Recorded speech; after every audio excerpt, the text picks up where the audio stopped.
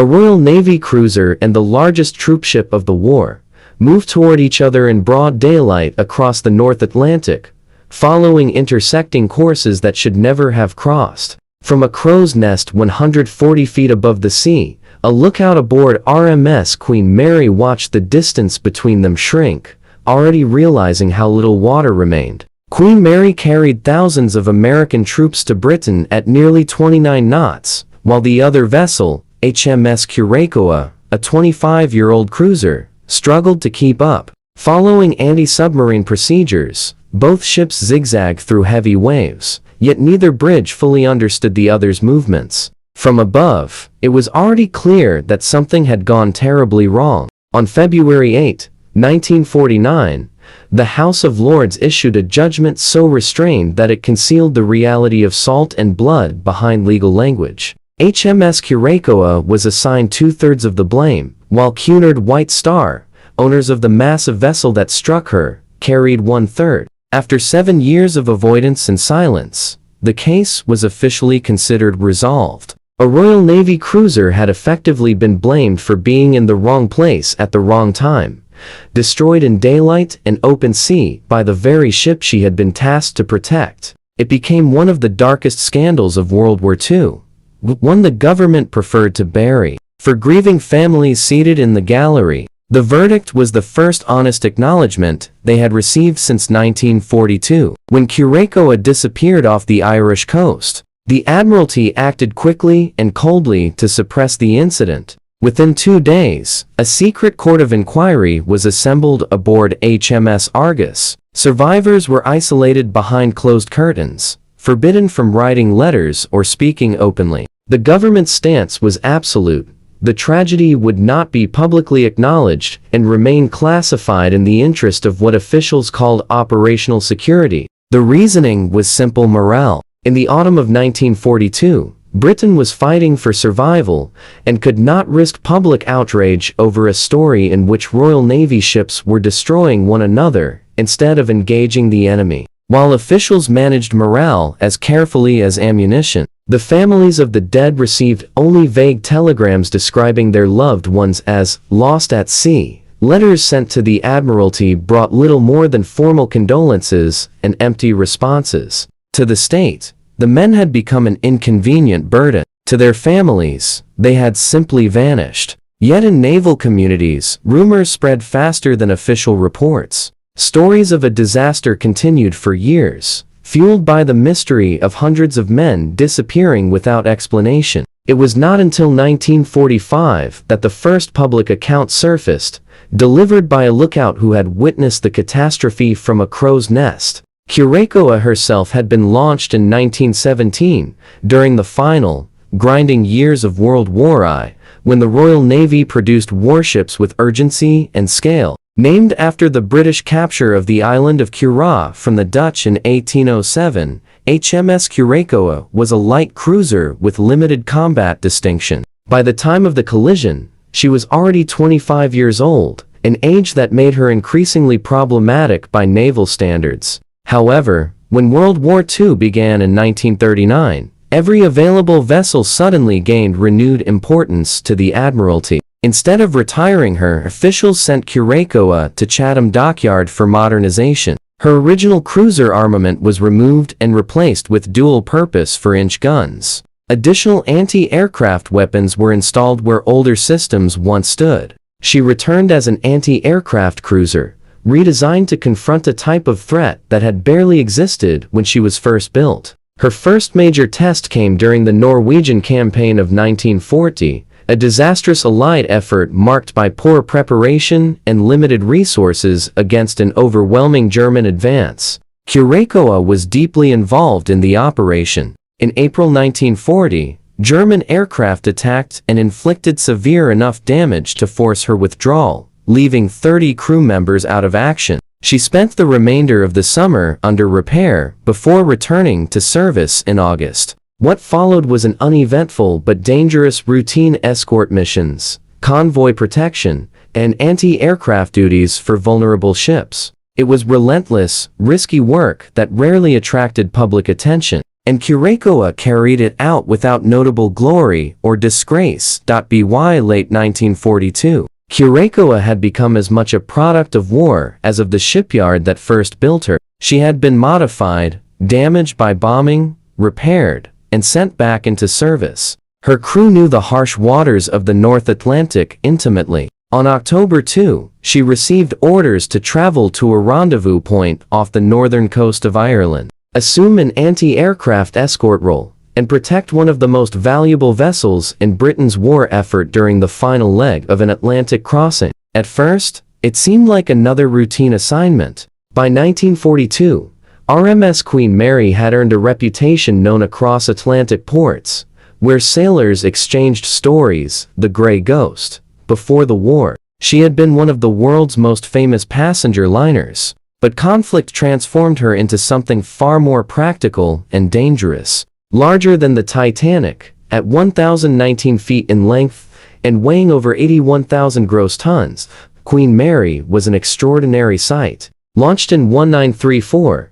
she had once crossed the Atlantic carrying wealthy passengers at unmatched speeds, setting records during an era when ocean liner achievements made headlines. When war broke out, Cunard turned her over for military use. Her luxurious interiors were stripped away and replaced with tightly packed bunks, while her exterior was painted gray to blend into wartime operations. Alongside her sister ship, Queen Elizabeth, she became one of the largest and fastest troop transports in the Atlantic. Together, the two ships could move over 15,000 men in a single crossing. They traveled independently rather than in convoys, because they relied on speed instead of escorts for protection. They moved too quickly for enemy submarines to reliably pursue. Their greatest defense was velocity. Adolf Hitler was even rumored to have offered a major reward, and the Iron Cross, to any U-boat commander capable of sinking one of them. During the specific crossing, Queen Mary carried between 10,000 and 11,000 American soldiers headed for Britain, forming part of the growing buildup of troops and supplies for the future invasion of Europe. Her orders were simple: maintain full speed, stay on the assigned route, and zigzag constantly according to anti-submarine procedures. A ship changing direction unpredictably was significantly harder for submarines to target than one sailing in a straight line. Even moving at 29 knots, Queen Mary already posed a major challenge for any submarine. Her zigzag movements made her nearly impossible to attack successfully. The real challenge lay with the vessel trying to escort her. Curacoa, a 450-foot cruiser displacing 4,290 tons, was dwarfed by Queen Mary, which was more than twice her size and nearly 20 times heavier. Curacoa's maximum speed reached only 25 knots, while Queen Mary operated under orders to maintain full speed. As a result, the cruiser constantly struggled to stay close enough to remain effective, often lagging behind or racing to catch up. Maintaining position beside a ship of that size and speed, while both vessels repeatedly altered course under a formal zigzag schedule, demanded perfect coordination. Every turn relied on accurate assumptions about what the other ship intended to do next. Yet neither bridge had confirmed exactly which zigzag pattern the other vessel was following. At around 2:00 p.m., with the Irish coastline still far away and strong western swells rolling beneath them, Queen Mary settled onto her main course in preparation for the next maneuver. Curacoa remained roughly a mile off the starboard side, moving almost parallel while pitching slightly in the waves. By then, the chain of events leading to disaster had already begun. Suddenly, the convoy radio sounded and alert reports indicated a nearby U-boat threat had been detected. The warships, already moving cautiously through their zigzag maneuvers, became even more vigilant as the threat of submarines remained constant. Any mistake could invite a devastating torpedo strike. At 2:04 p.m., Queen Mary turned 25 degrees to starboard and settled onto her new heading 3 minutes later. It was a normal maneuver, one of many repeated throughout the day as part of an anti-submarine zigzag pattern. What followed, however, was far from routine. The two ships were now moving toward one another at an angle of roughly 23 degrees, closing the distance at approximately 2 cable lengths every minute. With the cable length measuring about 200 yards, the available time and space were shrinking rapidly. It appears neither bridge fully recognized the danger until around 10 or 11 p.m. By then, few options remain. Produce a text-to-speech clip that sounds like a thoughtful interview response.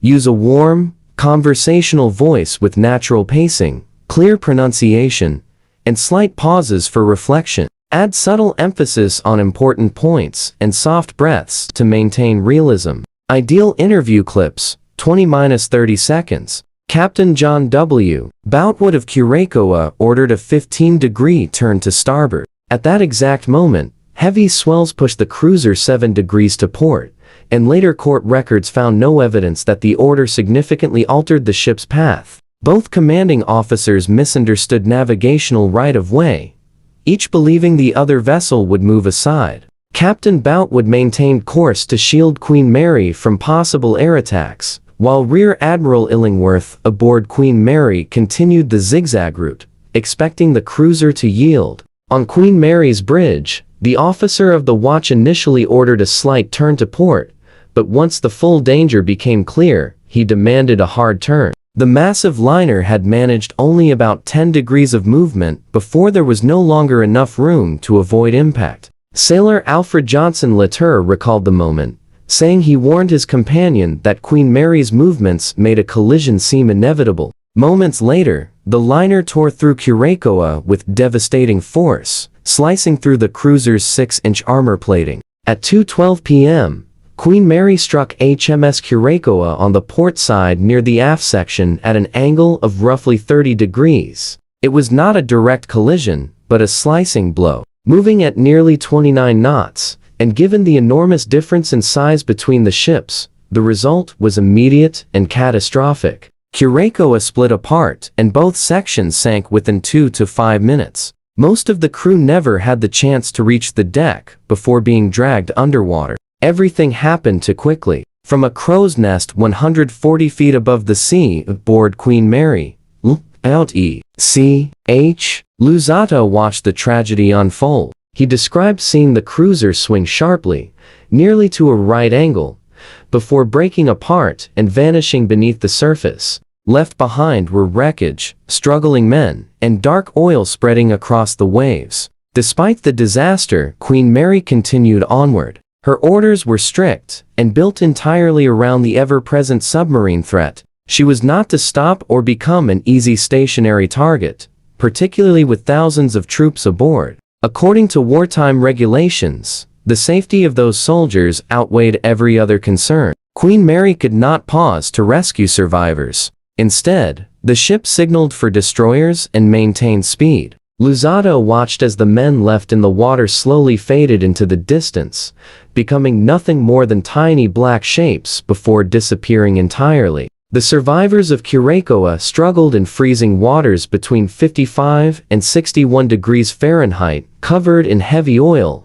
and clinging desperately to wreckage in the cold North Atlantic. Rescue did not come quickly. Nearly 2 hours passed before help arrived. HMS Bramham reached the site first, followed by HMS Codrington and HMS Skate. At around 4:20 p.m. Lieutenant Commander Baines, aboard Bramham, directed the recovery effort, while his first lieutenant, David Mountbatten, Marquis of Milford Haven, called out through loudhailers. What rescuers encountered was horrifying. Oil covered the water, the debris, and the bodies of both the living and the dead. Many who survived the initial impact eventually lost their grip on wreckage and drowned before help could reach them. Of Curacoa's crew of 430 men, only 99 were rescued alive. Official court figures reported 331 deaths, while later reports and reconstructions suggested the number may have reached 338. The discrepancy came from inconsistent wartime records and the grim reality that many victims never resurfaced. Only 21 bodies eventually washed ashore. The rest remained trapped in the wreck. Captain Boutwood survived. Later investigations carefully reconstructed the final moments before impact and found no evidence of a U-boat threat. No submarine alarm had sounded, no periscope had been seen, and no gun crews had rushed to battle stations. Luzzatto, who had one of the clearest views on board, later expressed confusion at stories claiming a submarine sighting had forced the fatal maneuvers. It appeared to be a myth that emerged afterward, conveniently explaining the urgency and confusion of the event. Court records contain no mention of any submarine warning. In reality, the collision resulted from a deadly combination of station keeping, zigzag navigation, heavy seas pushing the smaller ship off course, and two bridges operating under different assumptions at dramatically different speeds. The ocean itself held nothing except to ships and the unavoidable laws of physics. The men lost in the wreck off the Irish coast remain there to this day, resting where they disappeared at 12 p.m. on October 2, 1942. The sea kept them. The legal judgment was delivered, and the families left with at least one measure of closure. The truth had finally been spoken. Queen Mary experienced a far different ending. After a long and remarkable career, the ocean liner retired from service with the Cunard Line in 1967. Today, she remains permanently moored in Long Beach, California, serving not as a ship crossing oceans, but as a floating hotel, museum, and event venue.